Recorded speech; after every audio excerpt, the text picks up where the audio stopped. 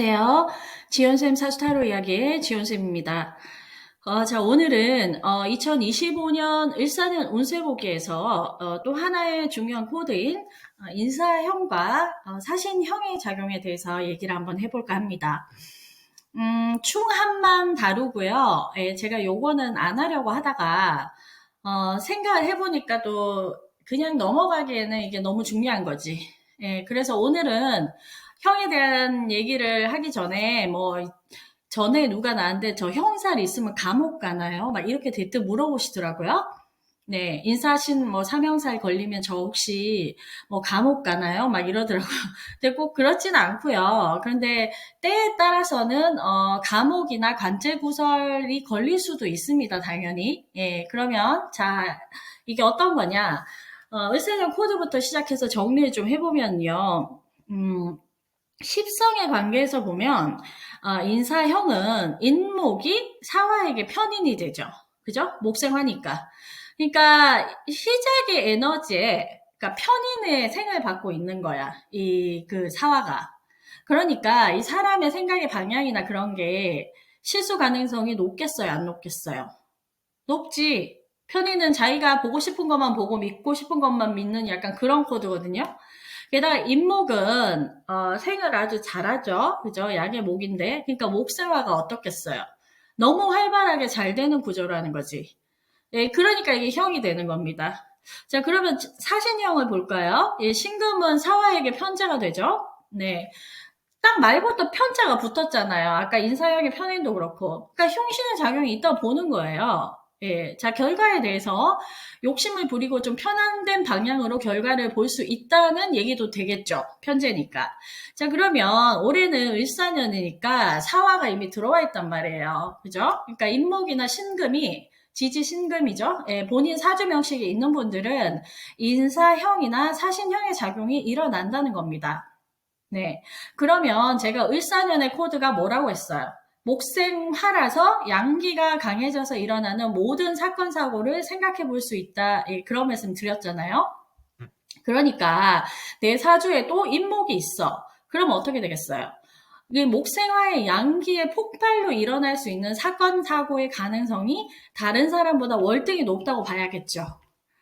자, 그러면 올해 갑인일주나 인월의 갑목 이런 분들은 특히 이제 조심해야 된다고 제가 한번 이제 봐야겠어요. 예, 제가 갑목 일간에 대해서 좀 많이 좀 몸을 좀 사리시라는 얘기를 많이 했을 거예요. 오륜이나 기타 충합 설명할 때도. 예, 그것도 인사양의 작용이랑 비슷한 어떤 관점에서 이렇게 말씀드렸다고 보시면 됩니다. 예. 그러면 어떤 걸 조심해야 되냐. 우선 인사형은, 자, 인목이 뭐예요? 시작을 나타내는 글자예요. 그죠? 제일 처음 시작. 임묘진 사음이 이렇게 나가잖아요. 그죠? 그러니까 지지 글자가 그 해에 이제 우리 사주에서는 인월이 정월이잖아요. 그죠? 그래서 우선 인사형부터 보면 이게 형이고 뭐고를 떠나서 두 글자의 관계를 한번 보자고요. 그러면 임목인 목이 올해 을사년 지지로 들어오는 사화를 생하고 있잖아요. 목생화라는 거죠. 그러니까 양의 목이 양의 화를 생하는 구조. 그냥 봐도 양기가 막 폭발하고 있는 상황 아닌가요? 예. 그러니까 시작하는 에너지에 대한 부분이 너무 성급하게 들어온다는 겁니다, 한마디로. 예. 그래서 유추해 볼 수 있는 상황은요, 이렇게 되면은 가만히 있겠어요? 가만히 안 있겠어요? 가만히 안 있는다는 거지. 엉덩이가 들썩거려서 난리가 났다는 겁니다, 한마디로. 그럼 이게 무슨 뜻이냐? 뭘 시작을 할 때 뭔가 속단하고 서둘러서 시작해서 발생하는 데 대한 사건 사고를 전부 생각해 볼 수 있다는 거죠. 예. 자, 그러면 이 형의 작용은 성급히 해서 생기는 모든 문제들에 대한 것을 유추를 해보는 거예요. 네. 그리고 이 십성으로 생각하는 것보다는 그 궁성론이라고 하죠. 즉 사주 팔자에는 다 자리가 있거든요. 예를 들면 일지는 배우자궁이라고 하고 월지는 사회궁이라고 합니다. 그리고 연지는 조상궁, 시지는 자녀궁 이렇게 이제 되잖아요. 그러면은 그 본인 사주 명식에 인목이 있으면 인사형이 발생한다는 거고 그 해당 궁에서 관련된 문제를 한번 예상해 볼 수 있다는 거예요. 자, 예를 한번 들어볼게요. 배우자궁, 즉 본인의 일지죠. 거기 만약에 인목이 있어. 근데 올해 사화가 들어와 있죠? 그러면 을사년 지지로, 그럼 인사형이 발생을 하는 거예요. 자, 어떤 싱글인 여자가 있다고 칩시다. 자, 난 올해 결혼이 목표야. 그래서 야심차게 올해부터 추진을 하겠어. 마음을 먹었다는 말이죠. 세외 계획으로. 그래서 열심히 배우자감을 알아보시는 것까지는 좋은데, 너무 오버한단 말이에요. 한마디로. 뭐 결혼정보회사도 등록하고 지인 한 100명한테 소개팅 해달라고 다 부탁해놓고 주변에 싱글 남자만 보이면 전화번호 따고 다니고 난리 난 거지. 뭐 모임 한 30군데 가입해가지고 운동하다가 만난 남자한테도 막 추파를 던지고 뭐 이렇게 난리 난 거예요. 자, 여기서 사신형의 작용으로 잠깐만 넘어가 볼게요. 그럼 아까 인사형은 시작하는 에너지의 성급함이라 그랬잖아요. 그러면은 사신형의 두 글자의 관계를 보자고요. 양의 화가, 양의 금을 극하고 있는 구조죠. 예, 두 글자의 관계만 보면 그렇잖아요. 그래서 또 형의 작용이 발생을 한단 말입니다. 그러면 화가, 약간 막 금을 괴롭혀서 뭔가 빨리 결과를 보고 싶어하는 그런 구조로 이해하시면 좀 쉬울 것 같아요.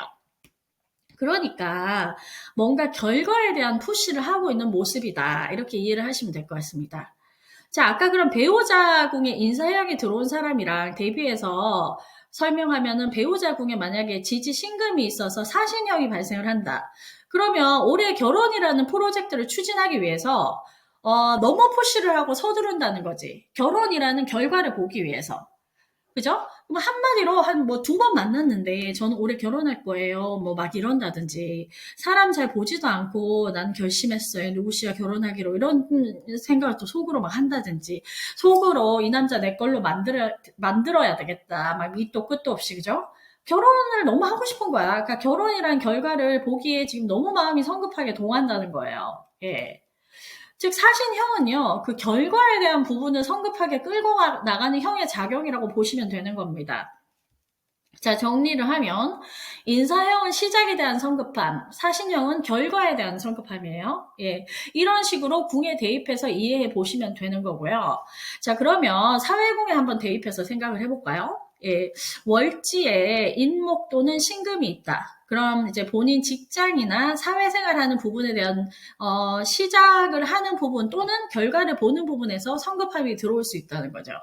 자, 예를 하나 들어볼게요. 사회궁에 인목이 있어요. 자, 회사로 옮겨야 되나, 올해. 올해 결심했어. 미친 듯이 지원할 거야. 이런 상태란 말이에요. 그러면은, 거기 지금 회사 옮기는 거, 그 행위를 시작하는 것 자체가 너무 성급하게 들어온다는 거예요.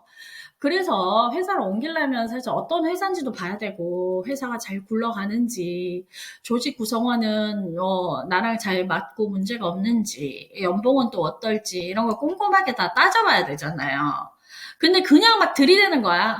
어떤 데는 잘 보지도 않거나 회사를 빠른 시일 내에 옮기는 게 목표니까.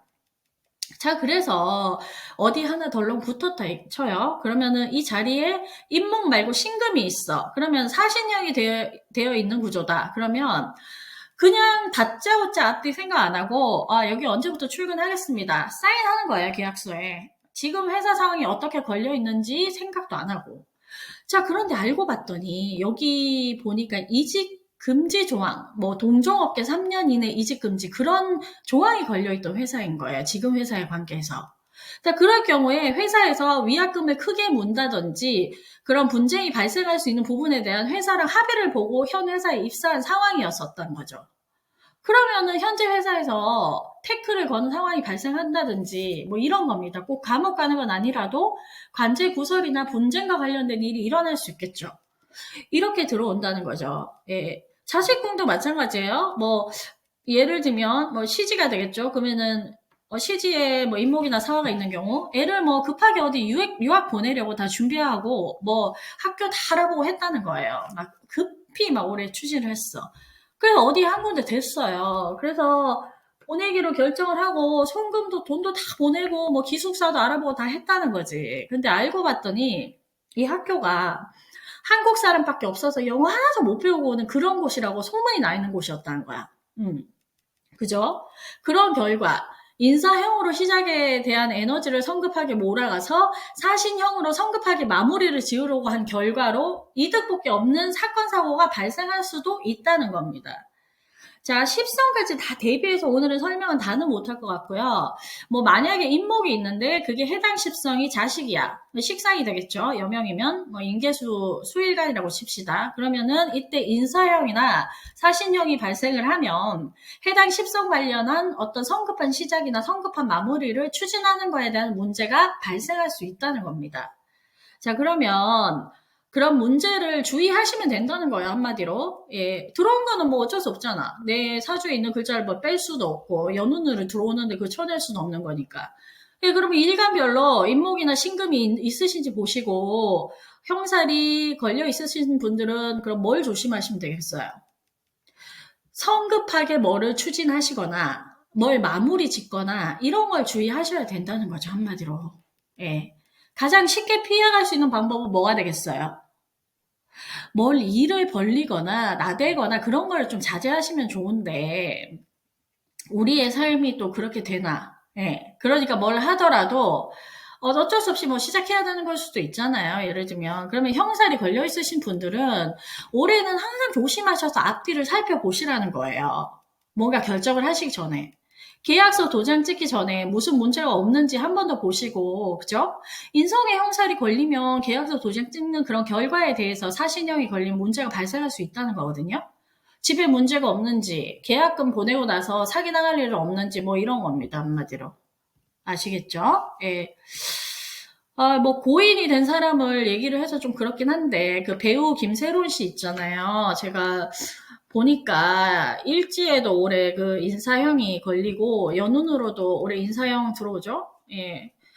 경인 일주더라고요, 보니까. 대운으로도 인사형이 또 들어와, 이분은.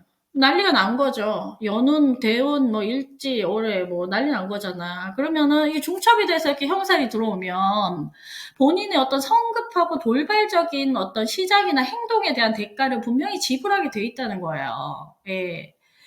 그죠? 게다가 연예인이니까 일거수일투족 이런 게 다 기사거리가 되는 거잖아요. 이제 얼마나 힘들었겠어요, 본인은. 음주운전 한 것 때문에 지금 위약금 물고 작품 다 취소되고 뭐 그런 거잖아요. 그죠? 그거에 대한 계속 대가를 지불하고 있는 그러한 해를 보냈다는 거예요. 그 음주운전 사건 이후로. 형사의 작용입니다. 대운으로 들어오는. 그러니까는 올해 또 그게 또 연운으로 또 들어오죠. 다시금 이슈가 된다는 거야. 예. 감옥 갈 수 없으니까 돈으로 다 해결하다 보니까 생활고 오고 뭐 그런 겁니다. 극단적으로 치닫은 구조죠. 예. 뭐 그런 겁니다. 예. 자, 그러면 오늘은 2025년 그 일사년 인사형과 사신형의 작용으로 발생할 수 있는 문제에 대한 얘기를 해봤습니다. 자, 이건 앞으로 또 있을 월운을 이해하시거나 올해 이제 3월이니까 시작이잖아요. 그죠? 올해 잘 살아가시는데 반드시 참고하시면 좋은 내용이니까요. 꼭 한번 잘 들어주시고 본인 사주와 대입하셔서 한번 응용해서 생각해 보시는 시간 되셨으면 좋겠습니다. 자, 마지막으로 구독, 좋아요 한 번씩만 부탁드리고요. 저는 또 유익하고 재미있는 영상으로 다시 찾아뵙겠습니다. 지금까지 지온쌤이었습니다. 감사합니다.